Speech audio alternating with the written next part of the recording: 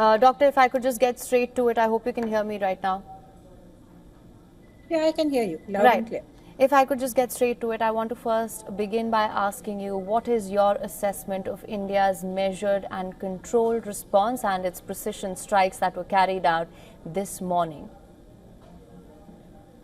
See, to be honest, this option has been with us for a long time. I mean, we knew precisely where the camps are. I mean, you heard the briefing by the lady officer, this camp associated with this attack, this camp with this attack. All this was known and we shared it with Pakistan. So during this long period of lull between the Pahalgam attack and now, they had the option of closing these camps down. They didn't. So you are forced to do an attack. I mean, that's where one of the main reasons for that lull was precisely that. Listen, how about you doing something against these guys? So that is one. Number two is, I can hats off this time because these exercises have been done over and over again within various organizations as to what options we have, what target, what kind of weapon systems we have. But nonetheless, hats off to the armed forces for such precise striking. That too without going into the Pakistan territory at all.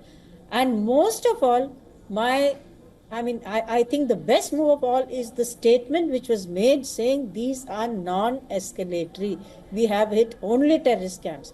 That gives Pakistan the option. Do you want to escalate? If you escalate, then we are ready because we've got the drills going on. All that messaging is going on that we are prepared for all-out war if you want to take this higher. But there is also the option for you to cooperate and shut down. I mean, they keep saying, right? Pakistan guys keep saying that we are the biggest victims of terror. How about doing something about that? Right. Absolutely, Doctor. In fact, this is what we've been discussing since morning as well, that Pakistan was given plenty of opportunities to perhaps choose a different route this time around. If past precedence is anything to go by, we perhaps knew that that wasn't going to happen. That being said, we knew that option existed for Pakistan, and the way in which the plan was detailed at the press briefing as well, it clearly shows India's preparedness and how meticulously this operation was carried out. That being said, I also wanted to speak to you about the significance of the name of this operation and the fact that the lady officers did brief the world media and how meticulously it was carried out. I think I loved the name Operation Sindoor. I think that was brilliant, right? And the fact that that message is sending out that our women are important to us, whether they are officers, their wife, they are everything. This is a country which values all its citizens. But I just want to add one thing here, which, I just recalled that I think it was when you remember there was this huge bombing against Peshawar school children, okay, which carried on, I think it was 2011, if I'm not mistaken. And after that, India held 2 minutes of silence in condolence for this attack on these poor children.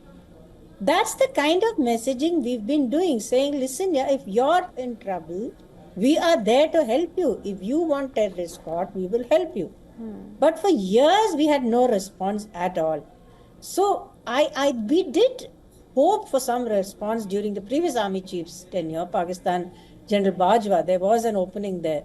But I think this person now has effectively closed it. It's very unfortunate because there is always, in any crisis, there is an opportunity. And the opportunity here is for both sides to cooperate and shut down terrorism in the entire subcontinent. Right. Now, Doctor, again, we were speaking to some of the other experts in the morning as well, and they were talking about how now the escalatory dominance lies with India. There is, of course, the very real fear of where things will go from here. If there's going to be an all-out war, what Pakistan's response will be. So far, we do know that there is continuous shelling across the LOC. There have been 8 dead in Poonch sector, about at least 30 injured there as well. That being said, what is your assessment of what's to happen in the days to come? Given his posturing, General Asim Munir climbing on top of a tank and making a speech to Mangla, the strike corps, right? So that message is that if you hit us, we'll hit you harder. Again, it's such a pity, but there it is. So unless he delivers on that to some extent, without actually going to war. So those targets, whatever he does, will have to be selected in such a way that it does not hit civilians. Because this whole attack is a response to their hitting of civilian of these poor tourists, right? So the message is, you hit civilians, we hit terrorists. Now, if they want to return fire onto civilians, that is their choice. But in that case, we are completely ready for whatever they are throwing at us. And after that, it's no holds barred. You cannot do this. I think the message which like you said, it was this government itself, Prime Minister Modi, who offered assistance, did everything we could, told them to come here, check out the terrorist attack site, see whether you can do something, gave them assistance. Nothing happened except a couple of times. We did see cooperation when Nawaz Sharif was there. We did see some effort to sort of shut down. We had President Zardari offering to send the ISI chief here. So it's there. It's just that it needs to come together. And hopefully, if they can get their act together, this, like I said, can be turned into an opportunity. If not, we are ready for anything. Right, of course, I believe that much is clear by now, that India has said that it is pretty much prepared for any sort of misadventure or eventuality. That being said, and again, you did speak about the past attacks as well. Pakistan continues to take the same route. Do you think, or rather, what do you think it will take to get Pakistan on the negotiations table and to find a diplomatic solution to this, if there can be one?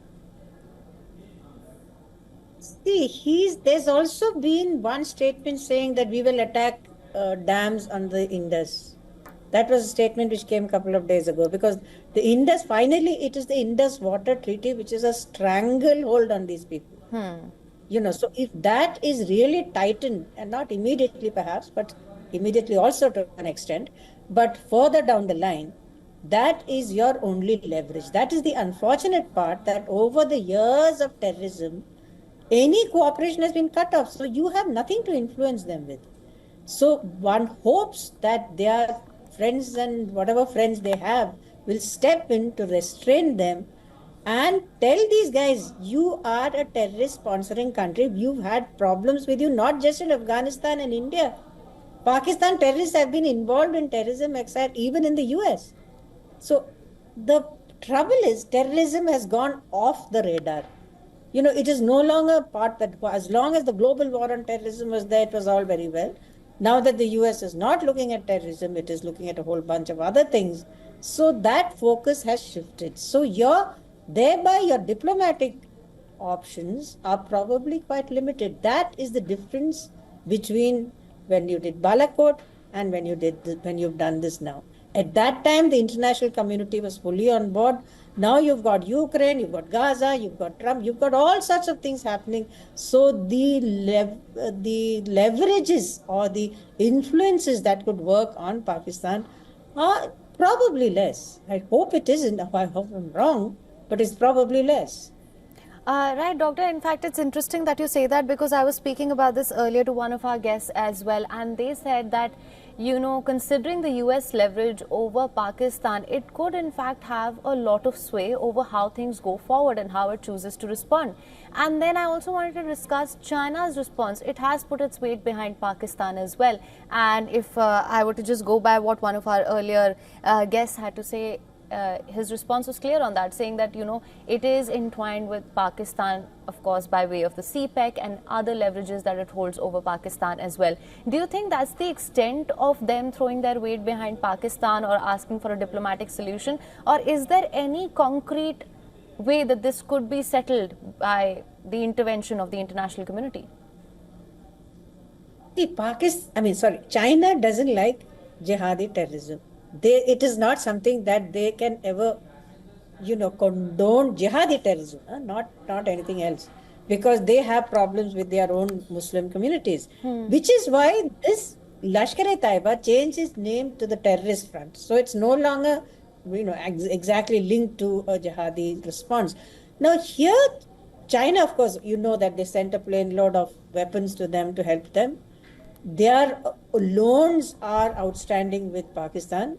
So if China wants to get further, Pakistan further into debt, into a situation where it cannot, I mean, if there is war, the economy is finished, right? It's done for.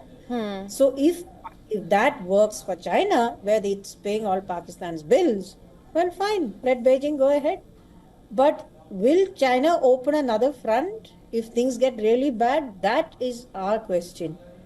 To my sense, I mean, keeping in mind that countries are not rational, certainly parts of Chinese, leadership are far from rational, is that with this whole Taiwan situation, acting up, they would not want to open another front. But here is the thing. This is an opportunity for Beijing to show its as a leader of, the whatever it says, this whatever terms it uses, and talk to Pakistan and rein it in. If it can do that, then Beijing has got itself a role. Remember, Beijing, had this whole Iran-Saudi deal, which that was quite an amazing operation. If they can do something like that, just reining in this crazy country, I mean, sorry, not the country, the army, then it's an opportunity for Chinese leadership. But the trouble is whether they'll take it or not. Absolutely. All right, and this is of course assuming that countries are rational. Dr. Taya, thank you so much for joining us on WION World is One with your insights and your perspective on this. All right, so as you know, we have been tracking all the developments that have been coming in from Operation Sindoor on WION World is One. We will continue to bring you all the developments and the updates on this. For now, we're going to call it a wrap on this edition of the News Bulletin. Don't go anywhere, stay tuned. News and developments continue on the other side.